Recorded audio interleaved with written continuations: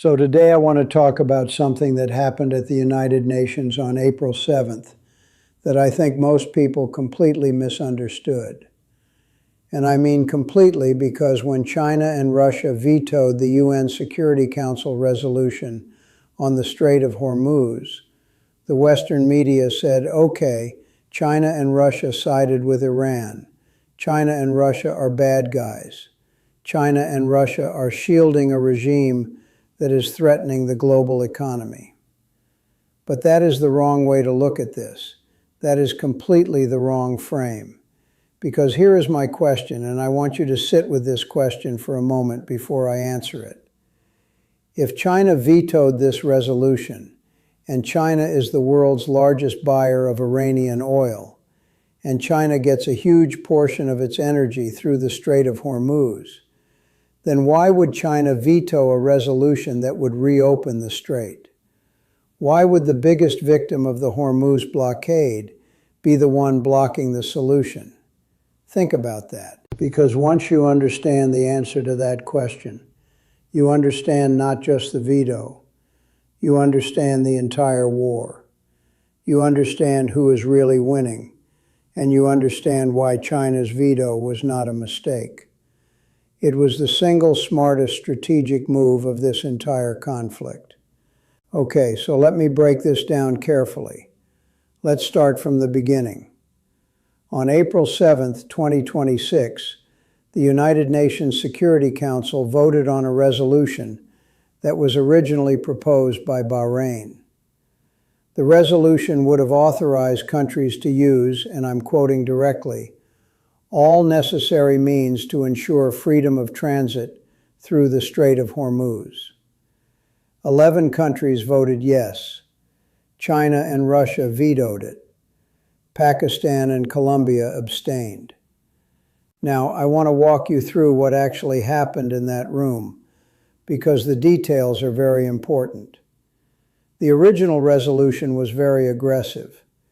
It would have given any country the legal cover to use military force to reopen the strait. Russia, China, and France all said no. This is too extreme. We cannot authorize the use of force. So they revised it. They took out all references to offensive military action. And still China and Russia vetoed it. Then they revised it again. They took out any reference to Security Council authorization entirely, and still China and Russia vetoed it. So they kept weakening the resolution. They kept making it softer. They kept taking out the aggressive language. And China and Russia still said no every single time. Now, the American ambassador said China and Russia sided with a regime that seeks to intimidate the Gulf into submission. The UK ambassador said China and Russia chose to shield their ally Iran. That is the Western narrative. China and Russia are protecting Iran. But I want you to really think about this. Is that what happened, or is something much more sophisticated going on? Okay, so here is my framework for understanding this. And this goes back to something I have discussed many times on this channel, which is the idea that in geopolitics, you should never look at what a country says. You should always look at what a country does. And more importantly, you should always ask, what does this action actually benefit? So let's apply this framework to China. China imports approximately 10 to 11 million barrels of oil per day. A significant portion of that comes from the Gulf region and passes through the Strait of Hormuz. So in theory, China should want the strait open. In theory, China is being hurt by the closure of the strait, right? Well, here is the thing. Yes, China is being hurt in the short term, but China is not making decisions based on the short term. China is making decisions based on the long term. And in the long term, this veto is one of the most strategically brilliant things China has done in a generation. Let me explain why. And I want to walk through this step by step because each step builds on the last. Step 1. Understand what the resolution would actually have done. The resolution, even in its watered-down final form, would have given the United States and its allies the legal legitimacy to use military force in or around the Strait of Hormuz. It would have been the United Nations saying, "Yes, America, you have the right to be here. You have the right to control this waterway." And here is what that means for China. If America successfully reopens the Strait of Hormuz by force, and Iran is defeated or forced to back down, then America has demonstrated something extremely important. It has demonstrated that it can still control the world's most critical energy choke point. It has shown that the American empire, even in decline, still has the muscle to decide who gets energy and who doesn't. And that means China goes back to being dependent on American goodwill for its energy supply. China goes back to a world where America can at any moment threaten to cut off Chinese oil supply by controlling the strait. This is called the Mala dilemma in Chinese strategic thinking. China's fear that America can strangle its economy by controlling the sea lanes. Hormuz is the same problem. It is a choke point that America, if it controls it, can use against China. So step 1 is simple.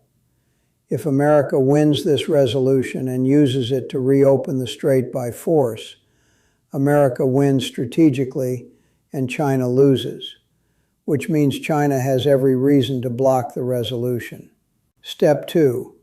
Understand what happens if the strait stays closed. Now here is where it gets really interesting, because the closure of the strait is hurting China. Yes, but it is also accelerating something that China has been working toward for decades, which is the de-dollarization of global trade, the weakening of the petrodollar system, and the rise of alternative trade routes that China controls. Let me explain the petrodollar system first, because it is the key to understanding everything. Since 1973, all oil in the world has been traded in US dollars. This was a deal between America and Saudi Arabia. The Saudis sell oil only in dollars. America protects the Saudi regime because everyone in the world needs oil. Everyone in the world needs dollars. This creates permanent global demand for the US dollar. It is what allows America to print money, run enormous deficits, and finance its military empire. Without the petrodollar, America cannot afford to be America. Now, what happens when the Strait of Hormuz is closed? Gulf states cannot export oil. Petrodollars stop flowing. The Gulf states stop recycling dollars back into American stock markets and American AI data centers. The entire financial architecture of American power starts to crack. And China is watching this happen. And China is thinking this is actually good for us, because every week that the petrodollar system is under stress, the world is being pushed to find alternatives. And the alternatives that exist, the yuan-based oil trade, the Belt and Road payment systems, the Russian, Iranian, Chinese energy corridors. These all benefit China. So the closure of the strait in the medium term is accelerating the very thing China wants most, which is the end of dollar dominance in global trade. Step 3. Understand China's alternative energy strategy. Now you might say, okay, but China is running out of oil because of the blockade. How is this actually good for China? And this is where you have to understand something important about how China thinks about supply chains. China has been preparing for exactly this kind of energy disruption for years. Let me give you some specific examples. China has been building strategic petroleum reserves. It has been diversifying its energy suppliers. It has been building the China-Pakistan Economic Corridor, which gives it access to ports in the Arabian Sea that bypass the Strait of Hormuz. It has been developing the north-south transport corridor with Russia and Iran, which gives it an overland energy route. And most importantly, China has been rapidly building domestic renewable energy capacity, solar, wind, nuclear, specifically to reduce its dependence on Gulf oil. So while the blockade is causing short-term pain for China, China is actually better positioned to absorb that pain than almost any other major economy, because China has been preparing for this scenario. The Americans have not. The Europeans have not. The Japanese and South Koreans, who are also extremely dependent on Gulf oil, have not. China took the short-term pain, but it is the country best equipped to absorb it. And every week the crisis continues. The alternatives that China has built become more important, and the American-controlled maritime system becomes less relevant. Step 4. Understand the legal and moral dimension. Now I want to talk about something that most analysts completely ignore, and that is the legal and moral dimension of this veto. China's Ambassador Fu Kong said at the Security Council, and I am paraphrasing, that the resolution failed to address the root causes of the conflict. Russia's ambassador said the resolution blamed Iran, while completely ignoring what America and Israel did to start this war in the first place. And here's the thing, they are not wrong. Think about what actually happened. America and Israel launched military strikes on Iran, a sovereign nation. They bombed Iranian nuclear facilities. They killed Iranian leaders. And then after starting this war, America went to the UN and said, Iran is threatening the Strait. Please give us permission to use force against Iran. Think about the logic of that. You start a war. Then you go to the international community and say, please authorize us to use force against the country we attacked because they are fighting back. This is exactly the kind of move that the rest of the world, the global South, Asia, Africa, Latin America, has been watching for decades, and the world is tired of it. When China vetoed this resolution, it was not just protecting Iran. It was saying something to every country in the world that has ever been on the receiving end of American power. We will not give America a legal stamp of approval for this. And the reaction globally was very different from the Western media narrative. Much of the world saw the veto not as China shielding Iran, but as China enforcing basic principles of international law. You don't get to attack a country and then get UN authorization to punish that country for defending itself. This is a narrative win for China of enormous proportions, because it positions China as the defender of the international rules-based order, the very thing America claims to defend. And it positions America as the country that breaks the rules and then asks for legal cover after. Step 5. Understand what this tells us about the New World Order. Okay, now I want to zoom out because I want to put this veto in the context of something much bigger, which is the question of what kind of world we are moving into.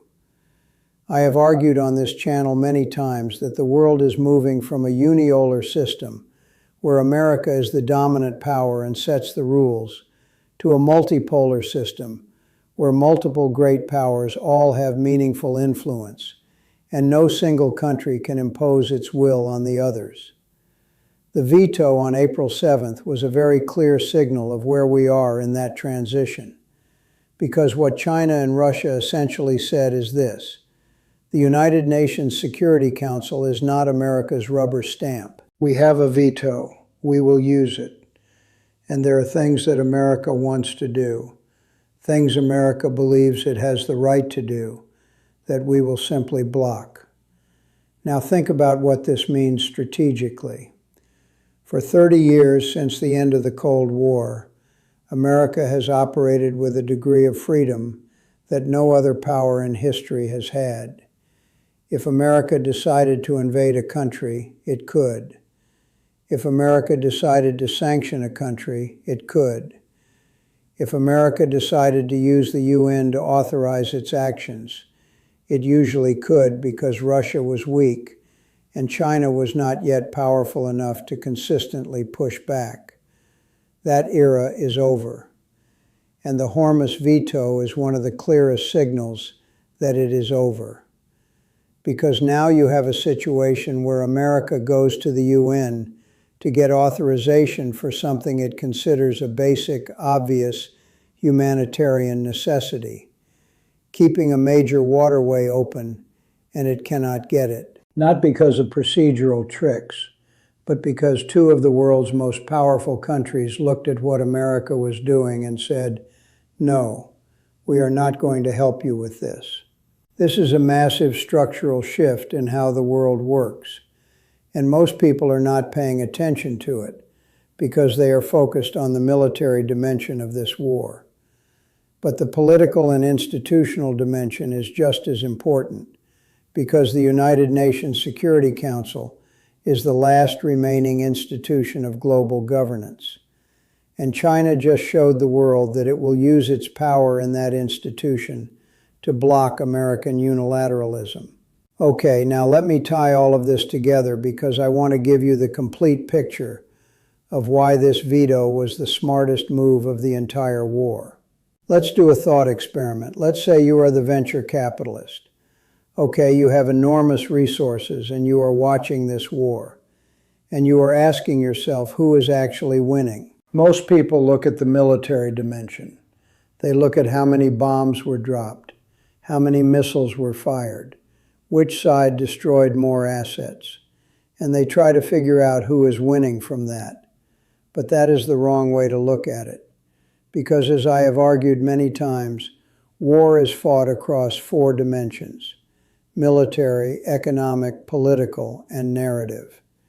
And if you look at all 4 dimensions, what you see is that China's veto was a move that advanced China's position in all 4 dimensions simultaneously. Militarily, China did not fire a single bullet. It did not spend a single dollar on weapons. But it blocked America from getting international legal cover for its military operations that weakens America's military position politically without China taking any military risk. Economically, the veto kept the pressure on the petrodollar system.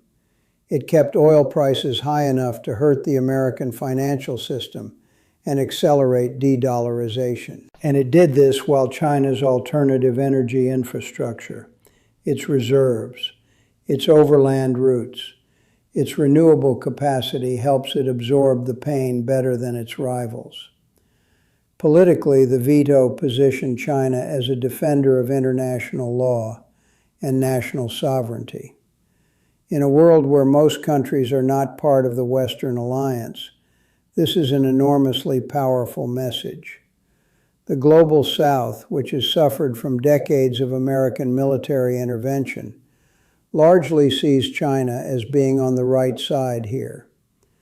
And in the narrative dimension, China is now telling a story about itself that is very appealing to most of the world. We are not the aggressor.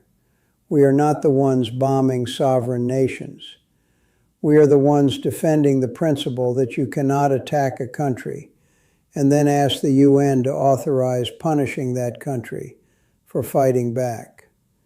So in all 4 dimensions, the veto was a win for China, and it cost China almost nothing. That is what smart strategy looks like. Now let me address one more thing because I can already hear the counter-argument, and it goes like this. But China is hurting from the oil shortage. China cannot afford this strategy indefinitely. Eventually, China will have to negotiate a reopening of the strait.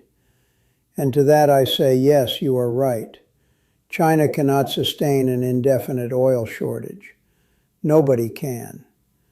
But here is what matters. Who runs out of time first? America is running out of interceptor missiles. America is running out of political will at home. Only 40% of Americans support this war. America is running out of financial patience. Every week of high oil prices puts more pressure on the American stock market, the American economy, the American political system. And America is running out of allies who are willing to take the economic pain with it. Iran is running out of nothing. Iran's economy is actually benefiting from the lifting of sanctions that this war has inadvertently caused. Iran is generating more revenue from oil sales than it has in years. Iran has been preparing for this war for 25 years. It is not running out of will or capacity. And China has its reserves. China has its alternative routes. China has its domestic energy production. China can hold out longer than America can sustain the political and economic cost of this war. So when you ask who benefits from the passage of time, the answer is not America. The answer is China and Iran. And China's veto was designed precisely to extend time, to keep the pressure on, to let the economic and political costs accumulate on the American side. This is not Iran's war. This is not China's war. This is a war being fought in significant part over the question of who controls the global economic order. And China is fighting it in the smartest way possible, without firing a single weapon, without losing a single soldier, just by saying 2 letters at the United Nations. No, that is the power of a veto. That is the power of a great power that understands strategy. And that is why April 7th, 2026 may be looked back on as one of the most important days in the history of American decline. Okay? So that is my analysis for today. This is not prophecy. This is structural history combined with game theory. I want you to think about this carefully. Question it. Push back on it. The goal is never to tell you what to think. The goal is to give you a framework so you can think for.